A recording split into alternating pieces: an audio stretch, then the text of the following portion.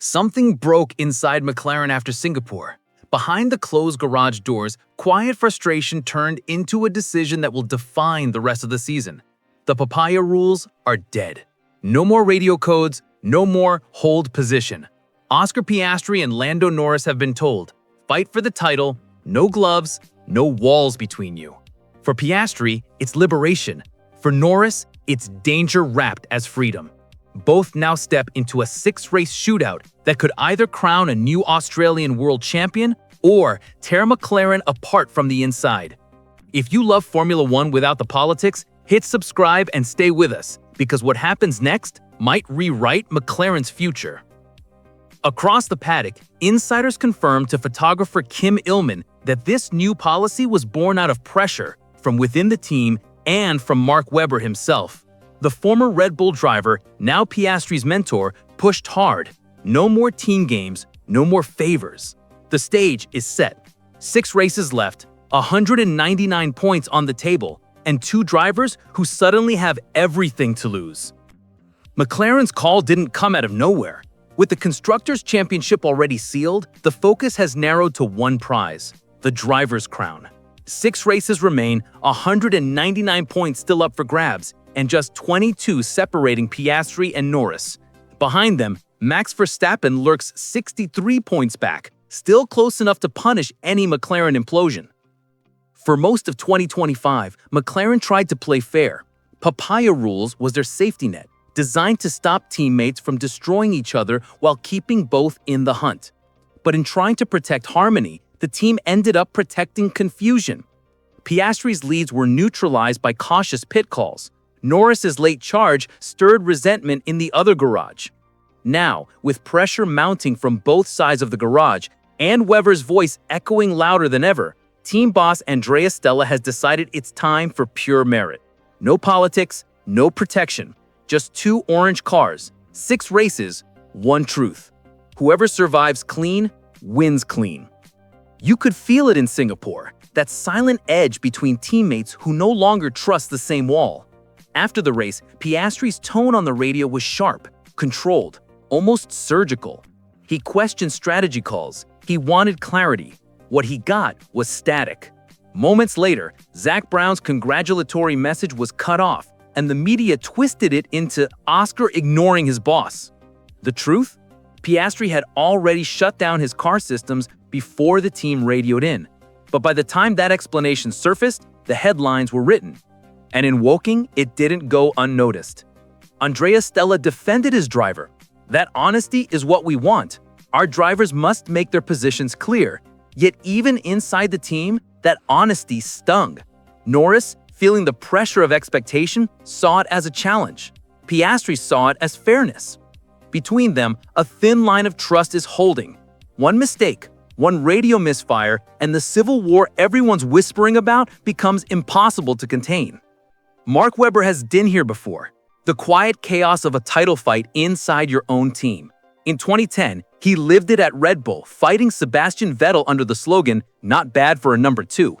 Now, 15 years later, he's determined his protege won't live the same story. Behind closed doors, Webber has pushed McLaren to abandon the polite diplomacy that dulled Piastri's edge. Sources close to the paddock say his message was clear. If Oscar's leading the standings, he earns the right to fight for it. No favors, no politics, and no Papaya Rules. That influence reached Andrea Stella in the aftermath of Singapore. With Webber's experience and Piastri's composure, the Australian camp began to shift the internal balance.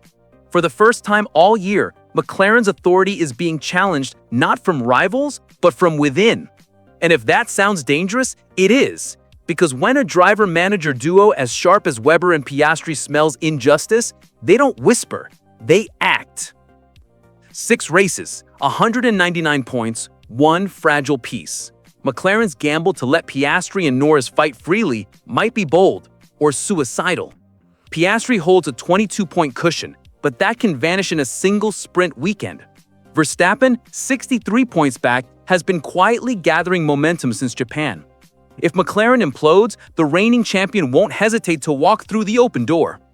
Austin, Brazil, and Qatar all feature sprints, meaning extra points, extra risk. Every lap counts double when both drivers are unleashed. Stella's challenge now isn't just strategy, it's survival. He must keep two title contenders from taking each other out while keeping Red Bull behind. Gunther Steiner summed it up bluntly on the Red Flags podcast. Either you let them race or you make the call. And that call has to be Piastri because he's ahead. But McLaren chose the third option, no call at all.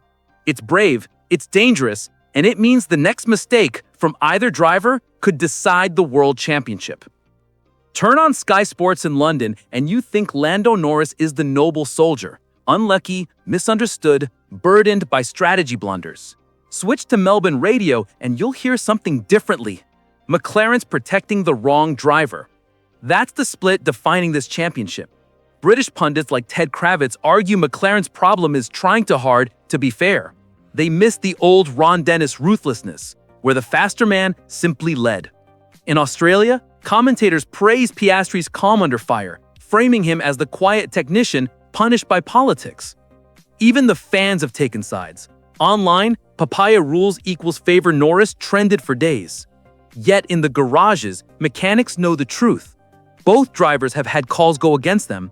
The difference is how they've handled it. Norris fence in public, Piastri rebuilds in silence. This divide isn't just about nationality. It's about perception, about who the world wants to win, and how media bias can turn a rivalry into a narrative war. Andrea Stella walks a tightrope every weekend now.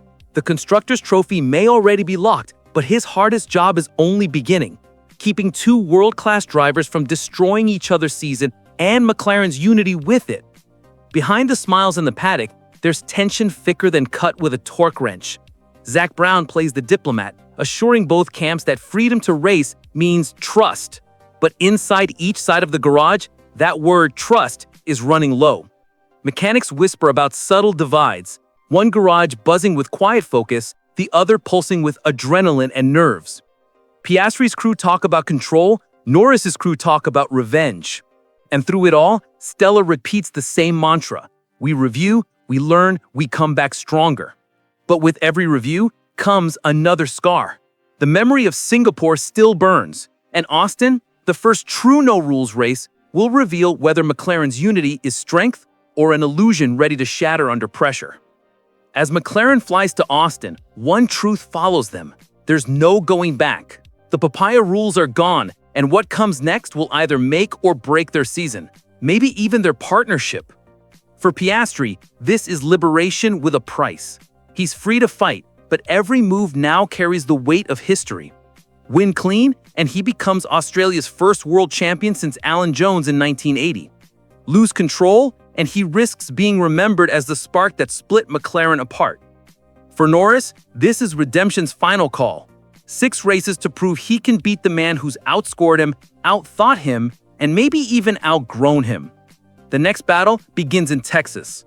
Wide track, high grip, no team orders, just raw speed and nerve. McLaren has opened the gates. Now we'll see which of their lions walks out still wearing the crown. If you've been following the McLaren Civil War, don't miss our next chapter, Austin Showdown, when teammates collide.